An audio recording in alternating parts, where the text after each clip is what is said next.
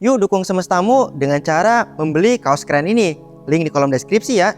Kuantum sangat aneh, dan banyak fisikawan hebat yang mengatakan bahwa tidak ada seorang pun yang paham tentang mekanika kuantum. Meskipun begitu, konsep dari mekanika kuantum bisa diaplikasikan menjadi teknologi yang sangat menarik. Salah satu teknologi yang menarik untuk dinantikan adalah komputer kuantum. Komputer kuantum ini memanfaatkan sifat kuantum yang aneh untuk kemudian diaplikasikan sehingga komputer kuantum memiliki banyak kelebihan daripada komputer konvensional. Komputer kuantum dikatakan 158 juta kali lebih cepat daripada komputer konvensional. Tapi bagaimana ya cara kerja komputer kuantum? Itu yang akan kita bahas kali ini. Selamat datang di semestamu. Sebelum lanjut, jangan lupa kalian klik tombol like ya, supaya algoritma YouTube merekomendasikan video ini ke lebih banyak orang. Jangan lupa subscribe dan bunyikan loncengnya juga, supaya kamu tidak ketinggalan video-video menarik lain dari semestamu. Sebelum kita membahas komputer kuantum, kita akan membahas terlebih dahulu komputer konvensional, supaya kamu paham bagaimana komputer kuantum bisa lebih hebat daripada komputer konvensional. Dan yang gak kalah penting, supaya kamu tahu bagian mana saja dari komputer kuantum yang lebih baik daripada komputer konvensional. Karena secara keseluruhan, komputer kuantum tidak lebih baik daripada komputer konvensional. Ada bagian di mana komputer kuantum lebih baik daripada komputer konvensional, dan ada bagian di mana komputer konvensional lebih baik daripada komputer kuantum. Jadi, komputer kuantum tidak akan menggantikan keseluruhan komputer konvensional. Kita mulai dari apa itu komputer konvensional. Seluruh perangkat kalian pada dasarnya menggunakan prinsip dari komputer konvensional, entah itu laptop, HP, atau smartwatch kalian. Mereka menggunakan alat elektronik yang sangat-sangat kecil yang disebut transistor. Setiap pemrosesan data akan dilakukan oleh transistor. Jadi, penting untuk paham tentang transistor ini. Transistor bekerja seperti saklar. Dia bisa digunakan untuk mengalirkan listrik dan juga bisa digunakan untuk memutus aliran listrik. Nah, seperti saklar, bisa mati atau bisa hidup. Nah, ketika saklar hidup, ilmuwan komputer menamainya 1. Dan ketika transistor mati, akan dinamakan 0. Jika kita memiliki satu transistor, artinya kita bisa menyimpan dua data, yaitu 0 dan 1. Kita menyebutnya bits.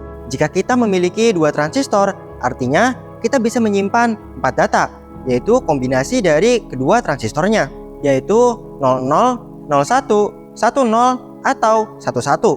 Dua transistor berarti 2 bits, dan 2 bits bisa menghasilkan 4 kemungkinan. Ketika memiliki 3 transistor, berarti 3 bits, kita bisa menyimpan 8 data, kombinasi dari ketiganya. Dan kemudian seterusnya, bergantung dengan jumlah bitsnya. HP atau laptop kalian, kalau baru akan bekerja pada 64 bits. Artinya, dalam satu kali pemrosesan, perangkat kalian akan memproses 64 kombinasi dari transistor. 64 bit adalah 18 kuntiliun data. Ribuan kali lebih banyak daripada estimasi jumlah galaksi di seluruh observable universe. Salah satu kekurangan dari komputer konvensional adalah jika kita ingin memproses sesuatu, kita harus mengecek setiap kemungkinan yang ada satu persatu, dan itu akan membutuhkan banyak sekali waktu. Disinilah komputer kuantum masuk untuk menyelesaikan masalah ini dengan konsep kuantum yang disebut superposisi. Kita sudah membahas tentang konsep-konsep kuantum pada video tentang debat antara Einstein dan Bohr. Kalian bisa cek video itu terlebih dahulu supaya bisa lebih paham tentang penjelasan pada video ini. Linknya kalian bisa cek di kolom deskripsi ya. Keadaan kuantum berbeda dengan keadaan konvensional. Pada keadaan konvensional, keadaannya jelas. Jika 0, ya 0, dan jika 1, ya 1. Keadaan kuantum berbeda. Dia bisa berada pada kombinasi dari kemungkinan tadi. Jadi keadaannya bisa di antara 0 dan 1. Atau bisa dikatakan berada pada keadaan 0 dan 1 secara bersamaan. Biasanya dalam kuantum, keadaan yang digunakan adalah spin dari partikel. Tapi kita akan menggunakan keadaan 0 dan 1 supaya lebih sederhana dan nyambung dengan penjelasan sebelumnya. Keadaan kuantum bisa ditulis dengan cara garis dan kurung seperti ini. Jika di komputer konvensional kita menyebutnya bits, di komputer kuantum kita menyebutnya qubits, yaitu kepanjangan dari quantum bits. Jika kita hanya punya satu qubits, maka akan ada dua kemungkinan, yaitu 0 dan 1. Tapi tidak hanya itu, kita bisa mengkombinasikan kedua keadaan tadi, sehingga menjadi penjumlahan dari kedua kemungkinannya. kita berikan simbol psi. Kita menyebut sistem ini berada pada keadaan superposisi. Pada setiap keadaan akan diberikan angka, bisa berupa bilangan real atau bilangan kompleks. Ketika angka di depan keadaan ini dikuadratkan, maka akan didapatkan probabilitas dari kemungkinan munculnya keadaan tersebut. Nah, penjumlahan keduanya ini adalah keadaan dari sistem kuantum tersebut. Entah itu nanti terdiri dari 1 qubit, 2 qubit, dan seterusnya. Jika sistem terdiri dari 2 qubits atau lebih, maka setiap partikel harus berada dalam keadaan teruntai atau terentangle satu sama lain, sehingga qubit tersebut nantinya menjadi satu kesatuan sistem kuantum. Jadi sekarang kita tahu prinsip kerja dari komputer kuantum, yaitu dengan superposisi dari keadaan kuantum, misalnya spin. Sekarang, bagaimana sistem kuantum melakukan perhitungan? Bayangkan kita memiliki sistem kuantum dengan 2 qubits. Ingat, 2 qubits artinya hanya ada 2 partikel, dan mereka berada pada setiap kemungkinan keadaan yang bisa terjadi. Jadi sistem kuantum atau psinya terdiri dari kombinasi kemungkinan keadaannya. Misalnya A00 ditambah dengan B01 ditambah dengan C10 ditambah dengan D11. Ini adalah keadaan yang harus kita buat. Tapi ingat, kita tidak bisa mengamati keadaan superposisi. Ketika kita mengamati atau melihat kemungkinan keadaan dari sistem kuantum tersebut, sistem kuantumnya akan runtuh dan menjadi hanya satu keadaan saja. Misal, runtuh menjadi 1,0, maka otomatis nilai yang lain hilang dan C menjadi 1. Probabilitasnya menjadi 1. Jika kita mengulang prosesnya banyak sekali, kita bisa mengetahui keadaan mana yang memiliki kemungkinan paling besar untuk muncul. Dan itulah jawabannya. Jadi itulah alasan kenapa komputer kuantum lebih superior daripada komputer konvensional. Jika komputer konvensional mencoba satu persatu, sedangkan komputer kuantum mencoba semua kemungkinan sekaligus. Itulah kelebihan komputer kuantum daripada komputer konvensional. Dengan kelebihan itu, apa yang bisa dilakukan oleh komputer kuantum? Tantangan yang sering dibicarakan adalah kemampuannya untuk membobol enkripsi yang bisa jauh lebih cepat daripada komputer konvensional. Ini cara kerja dari salah satu enkripsi. Kita akan diberikan deretan angka.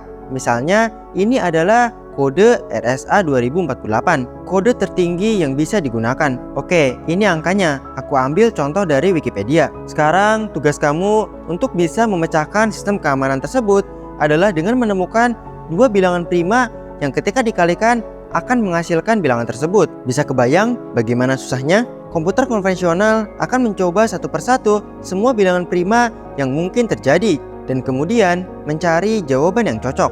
Atau metode lain untuk mencari dua buah bilangan prima yang hasil kalinya adalah bilangan tersebut. Masalahnya akan sulit karena angkanya sangat besar.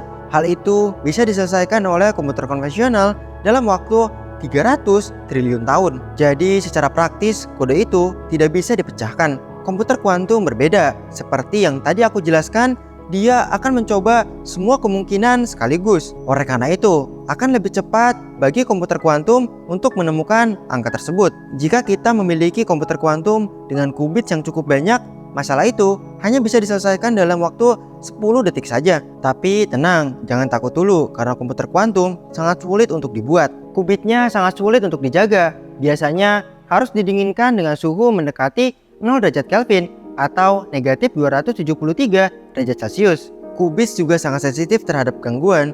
Oleh karena itu, harus dijaga dari segala bentuk gangguan dari luar. Rekor saat ini dipegang oleh IBM yang mampu membuat komputer kuantum dengan jumlah 433 qubit. Jika kita ingin menyelesaikan masalah RSA 2048, dibutuhkan 4099 qubit yang stabil. Masih jauh dari rekor yang sekarang dipegang. Kenapa? Karena 4099 qubit di sana adalah qubit yang ideal. Jadi aslinya dibutuhkan jutaan qubit nyata atau fisis. Algoritma baru juga perlu dikembangkan karena algoritma yang biasa tidak akan bisa digunakan pada komputer kuantum. Sampai sekarang komputer kuantum juga belum bisa berdiri sendiri. Artinya digabungkan atau dikombinasikan dengan komputer konvensional. Menurutku hal-hal keren yang bisa dilakukan oleh komputer kuantum tidak akan terjadi dalam waktu dekat. Tapi sebelum itu, coba pikirkan hal ini baik-baik. Di masa depan, bagaimana nasib Indonesia jika negara-negara maju berhasil mengembangkan komputer kuantum? Di Indonesia sendiri sangat jarang proyek khusus untuk pengembangan komputer kuantum. Padahal, untuk mengembangkan komputer kuantum, Diperlukan fisikawan yang mengerti tentang kuantum, dibutuhkan insinyur untuk membuatnya, dan juga dibutuhkan programmer atau ahli komputer untuk bisa menjalankannya dengan baik. Jika tidak belajar dari sekarang dan tidak ada yang ahli, bagaimana dengan nasib bangsa ini? Menurutku sangat penting untuk setidaknya mempelajari tentang komputer kuantum. Jika ilmunya ada, kita bisa membuatnya jika suatu saat dibutuhkan. Komputer kuantum adalah teknologi yang sangat menarik dan patut kita tunggu. Aku pikir banyak hal yang tidak bisa kita bayangkan tentang apa yang bisa dilakukan oleh komputer kuantum. Seperti dulu, ketika pertama kali komputer konvensional ditemukan, siapa yang berpikir akan bisa dijadikan alat untuk bermain game canggih, live streaming, atau bahkan membuat kecerdasan buatan? Apa yang aku jelaskan di sini adalah sebagian kecil dari komputer kuantum. Jadi jangan lupa untuk subscribe dan bunyikan loncengnya juga ya. Nanti kita akan bahas hal menarik lain tentang komputer kuantum. Terima kasih sudah menonton sampai akhir. Sampai jumpa di lain waktu di Semestamu.